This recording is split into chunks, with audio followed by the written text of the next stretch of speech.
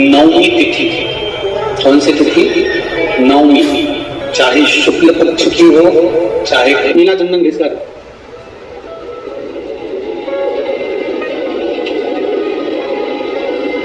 तो चंदन को एक सुंदर पीपल का कोमल पत्ता मतलब एकदम एक पीपल का होता है कड़ला पत्ता, एकदम कड़क हो जाता है और एकदम होता है कोमल पत्ता।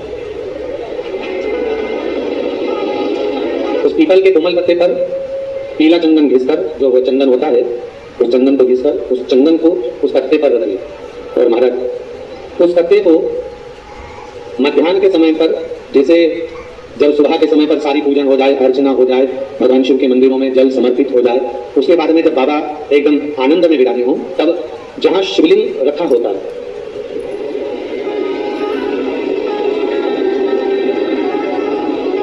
जैसे ये शिवलिंग है और ये तटी भाग जहां शिवलिंग रखा हुआ है, इस तटी भाग पर जहां शिवलिंग रखा है उसके पास में ही 3 उंगलियों से चंदन का लेपन उस तटी भाग पर करना है। जो उंगलियां लगी रहेगी उसी को अशोक सुंदर वाली जगह पर स्पर्श करना है और अशोक सुंदर वाली जगह पर स्पर्श कर कुछ देर तक चंदन लगे रहने देना है। उसके बाद में उस चंदन को वापस निकाल कर लेकर आना है, तटी भाग पर जो लगाया गया है उसको भी निकाल कर वापस लेकर आना है। तो बाबा का स्नान नहीं कराना, केवल चंदन लेकर आना उसी पीपल के पत्ते पर। डिब्बी में उस चंदन को आप रख लीजिए कुछ दिन। जिसकी नेत्र ज्योति कमजोर है, चश्मा लग रहा हो, श्रवण शक्ति कमजोर हो, सुनाई कम दे रहा हो, उसके कंठ से इस घोटी तक उस चंदन का तिलक लगाना प्रारंभ कर दीजिए और नेत्रों के नीचे थोड़ा सा वो चंदन लगाना प्रारंभ कर दीजिए। लगभग 20 से 22 दिन तक आप उसका प्रयोग करिए और एक रुद्राक्ष का जल शिव को समर्पित कर जल का आचमन करना प्रारंभ कर लीजिए। लगभग 22 दिन लगेंगे। धीरे धीरे डॉक्टर को जांच करा लेना, नेत्र की ज्योति बनना प्रारंभ हो जाएगी। पर विश्वास के साथ, भरोसे के साथ, क्योंकि सबसे मूल अगर कुछ है तो विश्वास मूल है। शुक्ल पक्ष की नवमी तिथि, चाहे शुक्ल पक्ष की हो चाहे कृष्ण नवमी तिथि, ये 2 तिथियां ऐसी हैं, मान लो तुम्हारा पैसा तुमने किसी को दिया 5 लाख, 4 लाख, 3 लाख, 10 लाख, 8 लाख, 2 लाख, 50,000, 25,000, 20,000, 40,000 और वो पैसा नहीं दे रहा, आप हार गए कहकर फोन लगा कर, भैया दे दे रहे, परेशानी है, दे दे रहे भैया, हम तो परेशान हो और हार गए, नहीं मिल रहा, बहुत परेशान। तो महाराज किसी भी अष्टमी या नवमी तिथि के दिन आप माँ जगतजननी जगदम्बा का शिव के साथ में शिव शक्ति का स्मरण कर देवी के नाम की 9 आहुतियां, सूखे बीले की, मतलब बीला जो सूख चुका है, फल जो सूख चुका है, उसकी 9 आहुतियां अग्नि में शंकर और सती के नाम से, शंकर और शिव के नाम से समर्पित करें और आखिरी आहुति जो समर्पित करें उसमें थोड़ा सा भाग तिल का, और तिल भी काली नहीं चढ़ती उसमें, श्वेत तिल का भाग उसके साथ लगाकर समर्पित करें और जिससे धन लेना है उसका नाम लेकर वो समर्पित करें महाराज, उसको सुध आएगी और वो पैसा किसी भी हाल में आपके हाथ में थमाकर जाएगा ही। ये पक्का। उसकी आहुतियां, हे जगतजननी, हे जगदम्बा, तेरा नेत्र बिंदु से जो प्रकट हुआ वृक्ष है बेलपत्र का, उस वृक्ष की एक एक जड़ हो, टहनी हो, डाली हो, फल हो, शूल हो, वो सब मुझे अंगीकार है, मुझे स्वीकार, मुझे स्वीकार। उसका आनंद सुख देने वाला है। माँ पार्वती शिव जी के साथ में आनंद में विराजमान।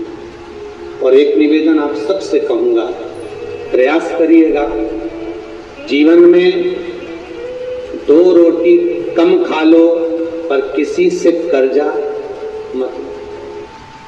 आज भी नियम है, नवमी तिथि के दिन अगर भगवान नारायण के चरणों में हल्दी और कुमकुम दोनों चीजें चढ़ाई जाए तो नारी कभी विधवा होकर नहीं मरती।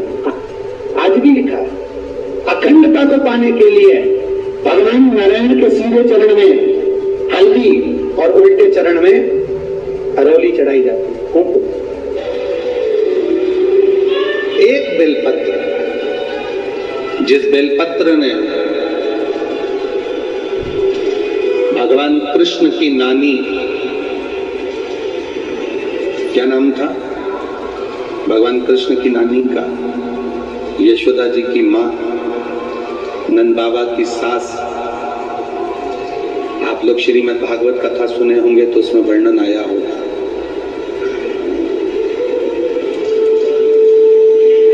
भगवान कृष्ण की नानी, यशोदा जी की माँ, नंद बाबा की सास पाटला देवी। क्या नाम था? पाटला देवी। एक बेलपत्र के बल पर यशोदा जी की जितनी बहन थी सबके घर में बच्चे थे, पर यशोदा जी के घर में संतान नहीं थी। और पाटला देवी मां यमुना जी के तट पर जाकर पार्थिव लिंग का पूजन करती थी, और पाटला देवी पार्थिव लिंग का पूजन कर कर एक बेलपत्र शिव को समर्पित करती थी। शिव एक बूढ़े का रूप रखकर आ गए पाटला देवी के सामने, और पाटला देवी से कहा, पाटला तू मेरी आराधना करती है, साधना करती है, क्या चाहिए तुझको? मेरी बेटी यशोदा जी की गोद खाली है, बस उसके घर संतान हो जाए। ठीक है, इतनी सी बात हो जाए। तुम यशोदा जी से जाकर कह दो, नंदराय जी से जाकर कह दो कि श्रावण के महीने की जब पूर्णिमा हो, उस पूर्णिमा के दिन अपने घर पर संत ब्राह्मण को बुलाना, भोजन कराना।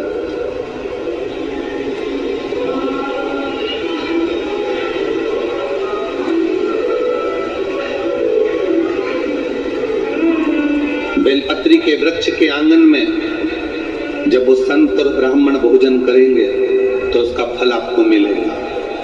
कभी मन कर जाए तुम्हारा शिव महापुराण पढ़ने का तो गीता प्रेस गोरखपुर की शिव पुराण लेकर आना, उसको पढ़ना। उसमें वर्णन आता है कि एक बेलपत्र के वृक्ष की छांव में जब हम किसी ब्राह्मण, संत, साधु, गुरुजन, बहन, बेटी, दामाद, भांजा, भांजी, बेटी, जमाई, किसी को भी अगर मुख झूठा कराते हैं तो 1 करोड़ गौदान के बराबर और हजारों अश्वमेध यज्ञ के बराबर पुण्य फल प्राप्त होगा।